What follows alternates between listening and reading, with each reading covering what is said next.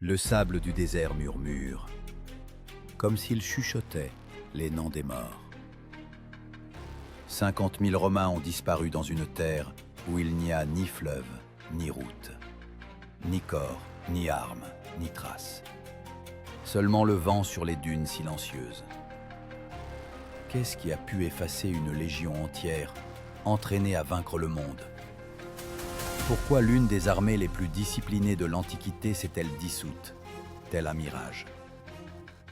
La réponse est cachée à la frontière de l'Empire, où le pouvoir de Rome a pour la première fois affronté le chaos de l'Orient. Et plus nous nous plongeons dans la poussière des siècles, plus les questions surgissent. Et si cette légion n'avait pas péri, mais avait continué à vivre sous des bannières étrangères? Tout a commencé à l'été 53 ans avant notre ère.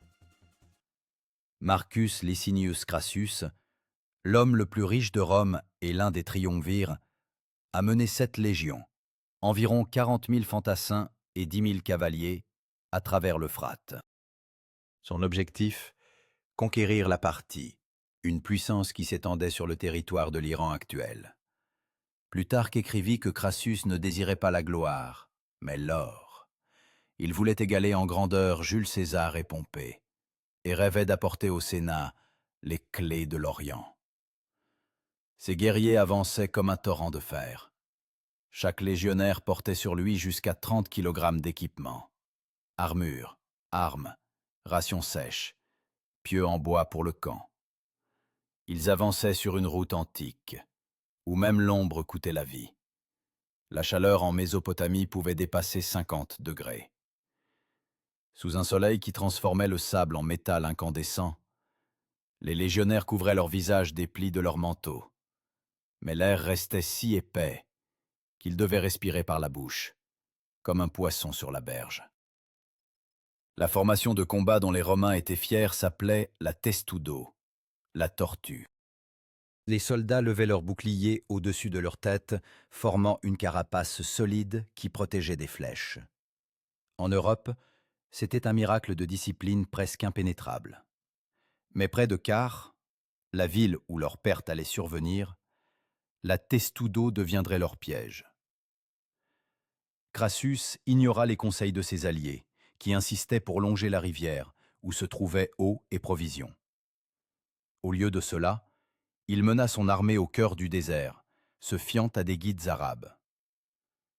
Les historiens estiment que c'est alors que la première erreur se produisit. Les guides auraient pu être soudoyés par les Parthes.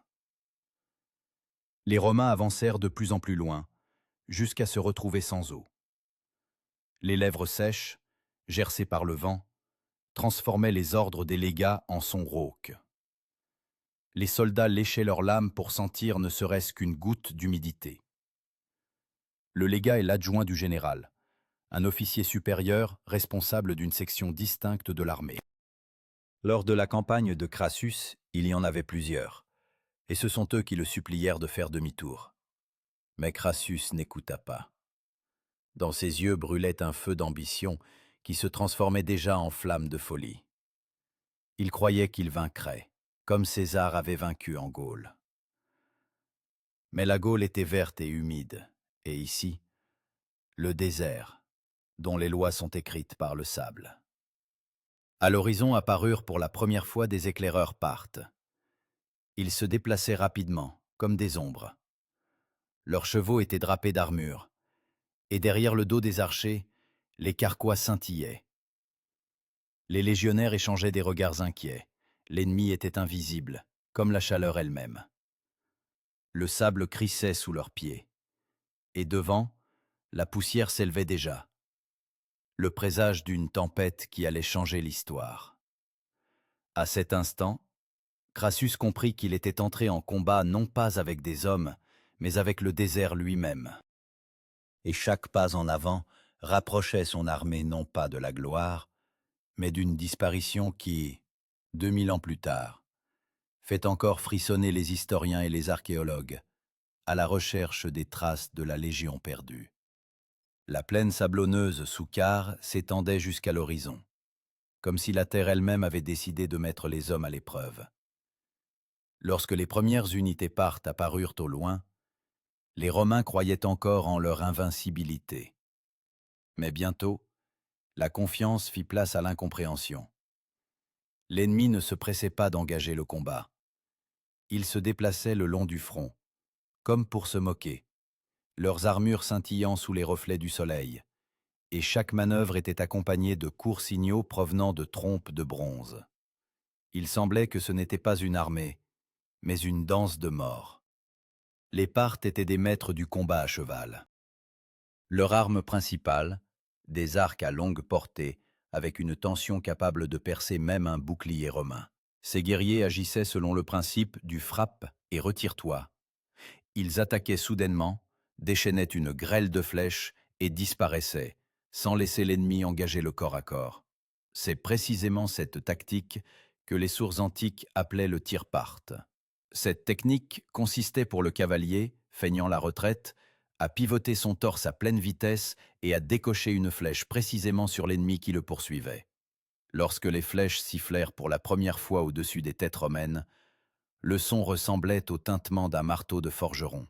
La formation dense des légionnaires résonna sous les impacts, le bois des boucliers tremblait, et l'air se remplit de poussière et de sang. Les légionnaires resserrèrent les rangs, formant la testudo.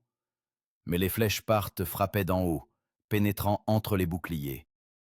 Les hommes tombaient sans même voir l'ennemi, et chaque homme tombé entravait le mouvement des autres. L'un des légats, Gaius Cassius Longinus, proposa à Crassus de changer de tactique, de briser la formation et de passer à une défense manœuvrière. Mais Crassus, aveuglé par l'orgueil, refusa. Il estimait que la discipline était plus forte que la ruse. Et pourtant, la discipline ne pouvait arrêter les flèches qui tombaient comme la pluie. Plutarque écrivit que les Romains restaient immobiles, comme plantés dans le sol, jusqu'à ce que leurs rangs ressemblent à des hérissons, hérissés de flèches. Les Parthes utilisaient un dispositif spécial leur permettant de ne pas s'arrêter. Des chameaux chargés de réserves de flèches. Lorsque les archers épuisaient leur carquois, ils reculaient, prenaient de nouvelles flèches et revenaient à l'attaque. Ce système de feu continu épuisait les Romains moralement. Sous le soleil brûlant sans eau ni repos, chaque heure de bataille devenait une éternité. Ce jour-là, les légionnaires comprirent le sens du mot « kara », qui en araméen signifie « pierre ». La terre sous eux devint dure comme l'acier, et l'air, du feu. Ils ne pouvaient pas reculer. Les Parthes les avaient encerclés et frappaient sans relâche. Un centurion, commandant d'une centurie, criait des ordres jusqu'à ce que les flèches le transpercent. Ces hommes se tenaient encore autour de son corps lorsque le sable sous leurs pieds devint rouge. Le mot centurion signifiait plus qu'un simple officier. C'était l'épine dorsale de la Légion. Un homme capable de faire mourir 100 hommes, sans sourciller. Sur leurs épaules reposait la discipline de fer, grâce à laquelle Rome avait tenu pendant des siècles. Mais dans le désert de Car, la discipline se retourna contre eux. Elle enchaîna leur volonté, les força à rester là où ils auraient dû fuir. Crassus tenta d'attendre, espérant que les Parthes épuiseraient leurs flèches. Mais au lieu de cela, apparut l'homme d'où commença la légende de la perte de la Légion, Suréna. Il était le commandant en chef des Parthes et était issu d'une ancienne lignée à laquelle des régions entières étaient soumises. Selon Plutarque, Suréna avait moins de 30 ans, mais commandait déjà une armée de 10 000 cavaliers. Sa cavalerie était composée de cataphractaires, des cavaliers lourdement armés, vêtus de cuirasses d'acier. Ces hommes se déplaçaient comme une seule entité, leur armure scintillante sous le soleil, tel un immense serpent de métal. Lorsque Suréna mena ses hommes à l'attaque, les Romains entendirent pour la première fois un nouveau son. Un sourd grondement de tambour qui, selon les anciens chroniqueurs, transperçait l'âme. Les Parthes utilisaient des tambours géants en cuir pour effrayer l'ennemi. Le son déferlait par vagues, faisant battre plus vite le cœur des légionnaires. Les hommes commencèrent à perdre leur formation. Suréna fit semblant de battre en retraite. Crassus, voyant l'ennemi en fuite, ordonna la poursuite. Mais c'est précisément à ce moment que la cavalerie parthe fit ce pourquoi elle avait été créée. En se retournant à pleine vitesse, ils déversèrent des milliers de flèches dans le dos des Romains. Un tir parthe parfait. Le sable bouillonnait. Des hommes tombaient. Des chevaux hennissaient. L'air tremblait de chaleur et de douleur. Ceux qui tentaient de se cacher derrière leurs boucliers mouraient debout.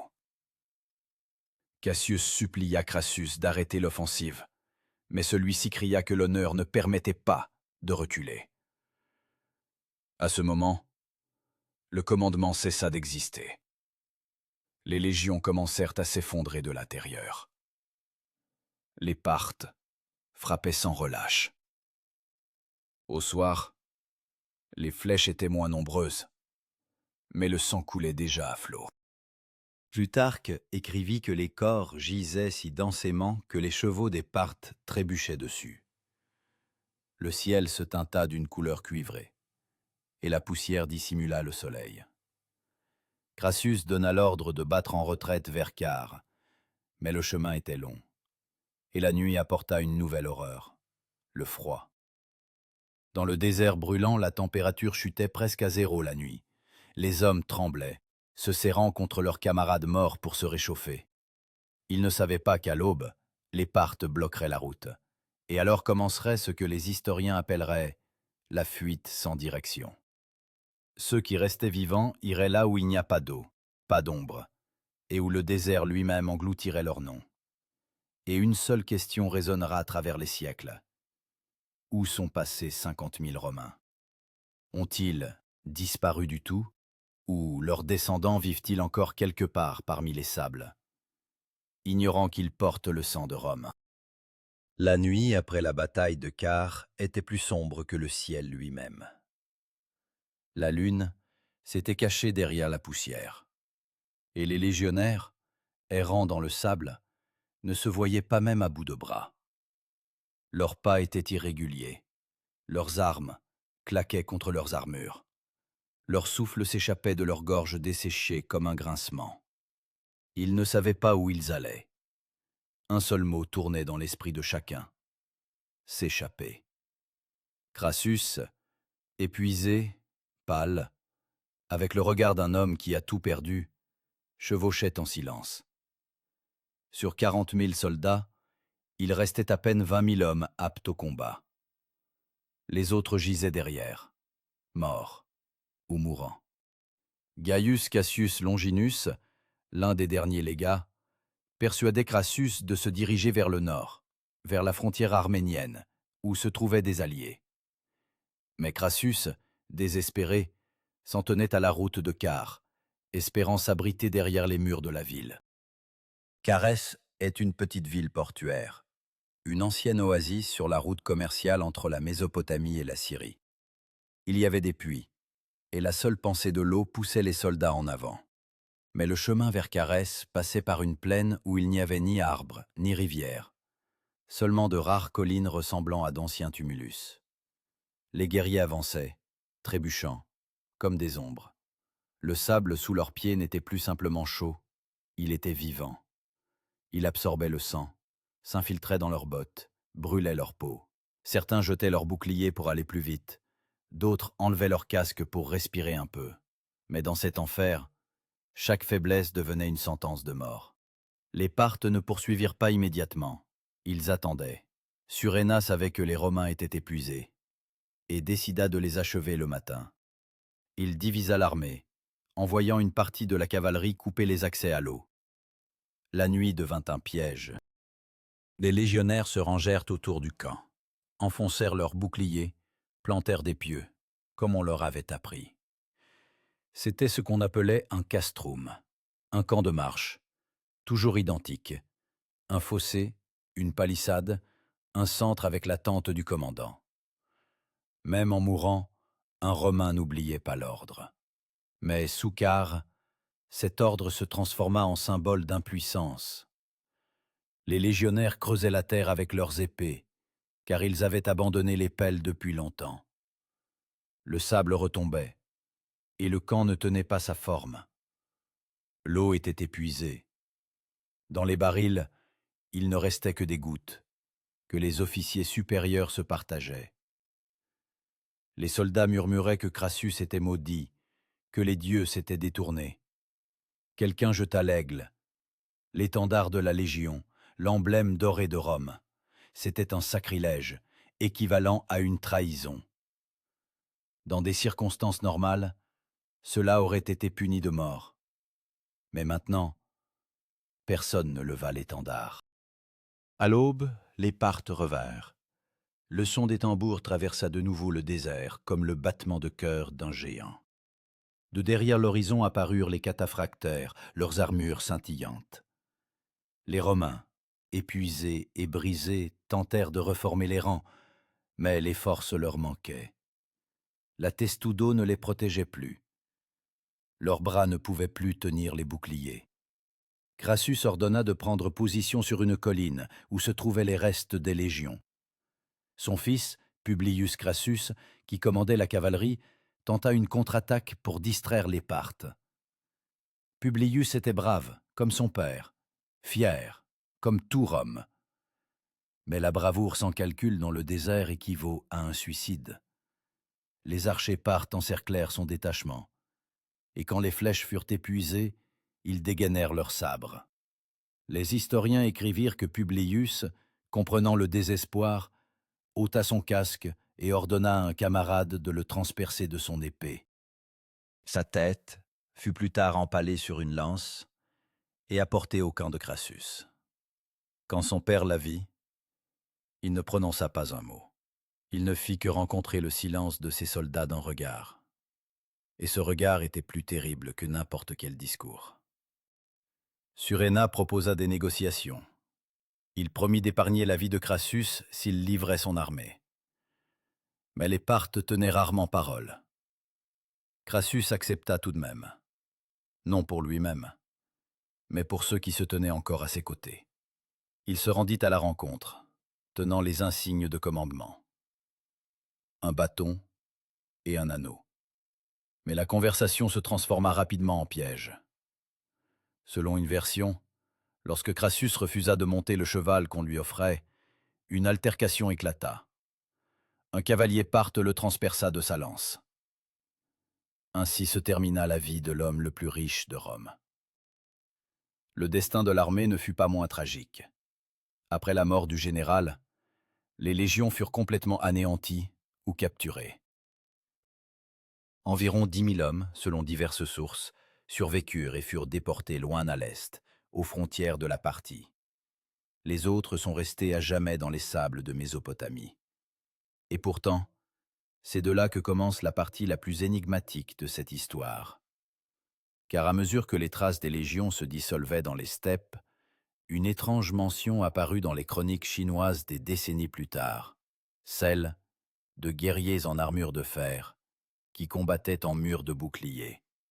Les analystes chinois ne savaient pas qui ils étaient, mais décrivaient leur formation semblable à la formation romaine de la testudo. Les historiens débattent encore. Une partie de la Légion perdue aurait-elle atteint les frontières du Céleste Empire, et y aurait-elle servi en exil? Ou est-ce seulement une légende, née du vent qui porte à travers le désert les noms de ceux qui ont disparu à jamais? Le sable garde le silence. Mais de temps en temps, les archéologues trouvent en Asie centrale d'étranges monnaies romaines. Des boucles de bronze, des pointes de flèches avec des lettres latines. Peut-être sont-elles les faibles reflets de cette armée qui est partie vers l'Est et n'est jamais revenue. Ce qui signifie que l'histoire de Crassus et de ses légions ne s'est pas terminée à Car.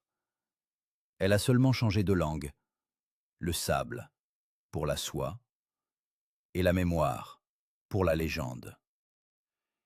Et quelque part dans cette transition entre la mort et l'oubli naît une nouvelle question. Peut-on se perdre à jamais si l'on parle encore de vous 2000 ans plus tard. Après la mort de Crassus, la poussière de la bataille retomba, mais son goût resta dans l'air pendant des décennies. Les Parthes célébraient leur victoire. Pour la première fois dans l'histoire, les légions de Rome n'avaient pas seulement été vaincues, mais humiliées. Suréna organisa une procession triomphale en l'honneur de sa victoire. Dans les rues de Séleucie, il fit défiler les Romains capturés, les obligeant à porter leurs étendards à l'envers, signe de défaite totale. Sur la place se dressait une statue dorée de Crassus, dans la bouche de laquelle, comme l'écrivit Plutarque, fut coulé du métal fondu, symbole d'une avidité insatiable. C'est ainsi que l'Orient se vengea de l'Occident pour un siècle de mépris. Mais c'est ensuite que commence ce pourquoi cette histoire a traversé les siècles. Avec la victoire des Parthes, des dizaines de milliers d'hommes disparaissent, vétérans, centurions, porte-étendards. Les historiens s'accordent à dire qu'environ 10 000 Romains ne sont pas morts, mais ont été faits prisonniers et déportés vers l'Est, au cœur de la partie. C'est d'eux que naît la légende de la Légion perdue. Les soldats capturés devinrent une partie de l'immense machine du royaume parthe. Ils pouvaient être utilisés comme garnison, travailleurs, parfois comme mercenaires. Certaines chroniques mentionnent que les prisonniers furent installés en Margiane, une région fertile au pied des montagnes, à la frontière du Turkménistan actuel. Là, près des oasis de Merv, plusieurs objets romains ont été trouvés. Des pointes de piloum et des fibules, caractéristiques de l'époque de la République tardive. Les archéologues débattent, mais le lien avec Car semble trop évident pour être fortuit. Dans l'armée romaine existait la notion de signifère, le porte-étendard, l'homme qui portait l'aigle de la Légion. Pour les Romains, la perte de l'aigle était une honte pire que la mort. Après Car, aucun des 7 aigles ne revint. Ce n'est que près de 30 ans plus tard que Marc-Antoine, lors d'une de ses campagnes en Orient, réussit à en récupérer une partie, mais la plupart restèrent au-delà de l'Euphrate. Ces aigles d'or, peut-être, ornaient les palais des Parthes, rappelant le grand jour de leur triomphe. Pendant ce temps, les légionnaires survivants parcouraient un chemin qui tenait du miracle. Ils étaient chassés à travers les steppes et les déserts, toujours plus loin vers l'est, pour empêcher toute évasion. Ils marchèrent pendant des semaines, perdant des camarades, jusqu'à atteindre les frontières de l'Hyrcanie, puis de la Bactriane. Terre entre la Moudaria et l'Hindoukouche. C'est là que leur trace se perd. Et c'est ici, au-delà des montagnes, que commence un autre chapitre, non pas sur Rome, mais sur la Chine. Environ 20 ans plus tard, en 57 avant notre ère, les annales chinoises décrivent une bataille près de la ville de Jiji. L'armée impériale de la dynastie Han affronta un mystérieux détachement de mercenaires que les Chinois appelaient les guerriers poissons, en raison de leurs brillantes armures métalliques. Ils se formaient en un carré compact et se couvraient de leurs boucliers par-dessus, exactement comme une testudo. Les chroniqueurs Han écrivirent que ces hommes parlaient une langue incompréhensible, portaient des épées courtes et obéissaient à des ordres stricts. Leur formation semblait inhabituelle même pour l'armée chinoise, réputée pour sa discipline. Plus tard, ces guerriers furent capturés et transférés dans la province du Gansu, où ils fondèrent une colonie appelée Ligène. Ce mot peut être traduit par gens honnêtes ou fidèles. Est-ce une coïncidence qu'il sonne presque comme le latin legio? Les historiens modernes débattent. Certains y voient une coïncidence.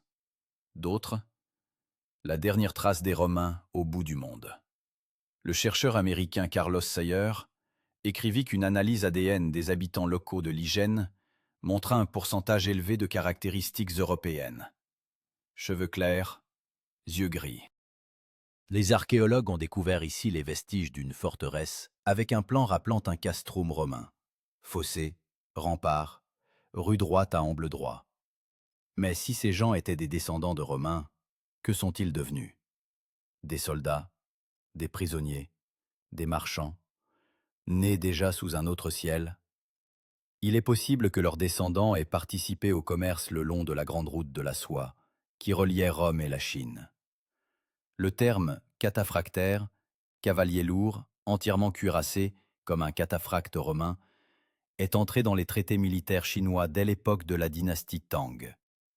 C'est un témoignage de la manière dont l'art militaire occidental s'est imprégné dans la tradition orientale. La trace de Rome ne s'est pas dissoute dans le sable, mais dans le sang, dans les armes, dans la mémoire. Suréna périt peu après, exécuté par son propre roi qui craignait sa popularité.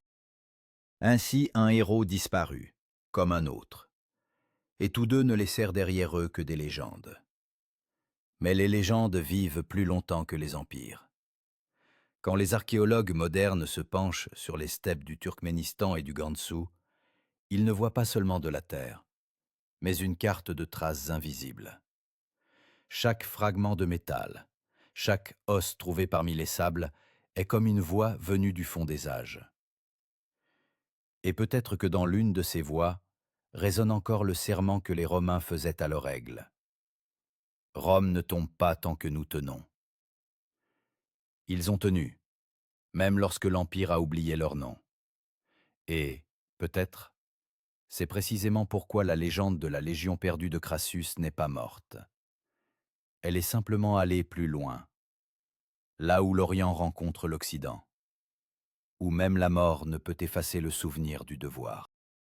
La route de la soie, traversant les déserts et les montagnes d'Asie centrale, fut pendant des siècles non seulement une route commerciale, elle fut une artère de la mémoire. C'est ici, parmi les caravanes de soie, d'épices et d'or, que purent cheminer les descendants de ces mêmes légionnaires qui, jadis, avaient suivi Crassus en Mésopotamie. Leurs noms se sont éteints depuis longtemps, mais leurs pas, tel un écho, résonnent dans le sable entre Merv et Dunhuang.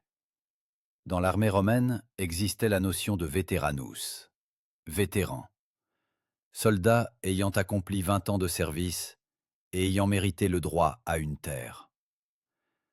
Ces hommes ne connaissaient que la guerre. S'ils ont réellement survécu et sont restés en Orient, il est probable qu'ils soient devenus le noyau du mystérieux détachement que les Chinois appelaient les guerriers poissons. Leur capacité à maintenir la formation, leur discipline et leur compétence au combat ne pouvaient pas disparaître. Les chroniques Han rapportent qu'après la bataille de Jiji, les Chinois furent frappés non seulement par l'armement de ces hommes, mais aussi par leur comportement. Ils ne demandèrent pas de quartier, n'essayèrent pas de fuir, mais se battirent jusqu'au bout, se couvrant mutuellement même au moment de leur mort. Cela rappelait non pas une manière de penser asiatique, mais romaine, à travers le devoir, l'ordre et l'honneur. C'est peut-être pourquoi leur colonie de Ligène est devenue un symbole de fidélité dans la culture chinoise. Les archéologues ont découvert dans cette région des objets inhabituels, des boucles de fer, semblables aux romaines, des vestiges de murs à angle droit, et même des ossements humains dont la forme du crâne différait de celle typiquement orientale. Ces données ne prouvent pas directement l'origine romaine, mais créent une ombre de doute prononcée. L'historien Stephen Keegan a écrit que la probabilité de l'existence d'une légion orientale est trop belle pour être fortuite, et trop logique pour être une fiction. Si les Romains se sont réellement retrouvés en Chine, ils ont été témoins d'un autre monde. Ici, l'armée obéissait non pas à la gloire personnelle comme à Rome, mais au principe de l'ordre céleste. Chaque soldat faisait partie d'une grande harmonie, et non d'une vaillance individuelle. Pour un Romain, habitué à l'idée de virtus, la vaillance personnelle et le courage, c'était un bouleversement de conscience. Et pourtant, peut-être que cette philosophie leur a permis de survivre. Peut-être qu'une partie des prisonniers a adopté de nouveaux noms, de nouvelles familles, de nouveaux dieux. Ils ont cessé d'être citoyens de Rome, mais ont conservé en eux quelque chose d'insaisissable. L'habitude de construire des routes droites, d'ériger des camps à angle droit, de parler de manière concise et précise. Dans certains villages du Gansu, il existe encore des fêtes où les hommes marchent à un rythme rappelant les manœuvres romaines. Et personne ne se souvient plus pourquoi. Le terme dux dans la Rome antique désignait un chef, un commandant de campagne. Ce sont de tels ducs qui auraient pu diriger les restes de la Légion perdue, se transformant en mercenaires au service des souverains locaux. Peut-être l'un d'entre eux est-il devenu l'ancêtre d'une nouvelle lignée, ni romaine, ni chinoise, mais frontalière, ayant absorbé les deux cultures. Mais pour Rome, la défaite de Car devint une cicatrice qui ne se referma pas pendant des siècles. Le Sénat tenta d'oublier le nom de Crassus. Sa famille fut déshonorée, mais la peur de l'Orient persista. Après Car, les généraux romains évitèrent longtemps les campagnes directes au-delà de l'Euphrate. Même César, qui s'apprêtait à venger la défaite, n'eut pas le temps. Sa mort au Sénat y mit un terme. La guerre avec la partie resta inachevée. Et pour l'Orient, cette victoire fut un rappel que Rome n'était pas un dieu, mais un homme. Les Parthes utilisèrent les trophées romains dans leurs cérémonies, conservèrent les aigles des légions comme preuve que même la discipline de fer pouvait céder face à la tactique nomade et à la patience. Et pourtant, le temps est le juge le plus impartial. L'empire parthe s'affaiblit bientôt, remplacé par la Perse, puis par les Sassanides. Et Rome continua de vivre, s'étendant, comme le souffle d'un géant. Mais quelque part au loin, dans les montagnes d'Asie centrale, purent vivre les descendants de ceux qui faisaient partie de son corps et de son esprit. Et cet esprit survécut en eux, même sous d'autres noms. L'historien Adrian Goldsworthy a noté que l'histoire de la Légion perdue n'est pas seulement une énigme, mais une métaphore de Rome elle-même. L'Empire s'est toujours cru éternel, mais même dans la défaite, ses graines ont germé là où personne ne s'y attendait. Si les descendants des légionnaires ont réellement vécu sous le ciel chinois, cela signifie que Rome, en un certain sens, est vraiment devenue une puissance mondiale, non par ses conquêtes, mais par sa mémoire. Aujourd'hui, les archéologues ne cherchent pas l'or de Crassus, ni les aigles, ni les lances. Ils cherchent la confirmation que la culture peut survivre à la mort, que les gens sont capables de porter une tradition même sans nom. Chaque artefact trouvé, ce n'est pas seulement du fer, c'est un murmure « Nous sommes toujours là ». Et peut-être, ce murmure est le véritable héritage de ces 50 000 Romains que le désert n'a pas détruits, mais simplement cachés. Ils sont devenus un pont entre deux mondes, témoins de la manière dont la mort peut se transformer en une nouvelle vie. Mais une question demeure, qui trouble encore les historiens. Si la légende est vraie, où reposent les restes de Crassus? Son corps n'a été retrouvé ni par les Parthes, ni par les Romains. Certains ont dit que sa tête fut envoyée au théâtre de Séleucie et utilisée comme accessoire dans une tragédie. D'autres, que le sable l'avait entièrement englouti. Quoi qu'il en soit, la mort de Crassus est devenue le symbole non seulement de l'avidité, mais aussi de l'éternelle illusion de la civilisation, la croyance que l'on peut tout conquérir. Ce qui signifie que l'histoire de la Légion perdue n'est pas seulement un récit de défaite. C'est l'histoire de la manière dont l'orgueil se transforme en éternité s'il contient ne serait-ce qu'une parcelle de persévérance humaine.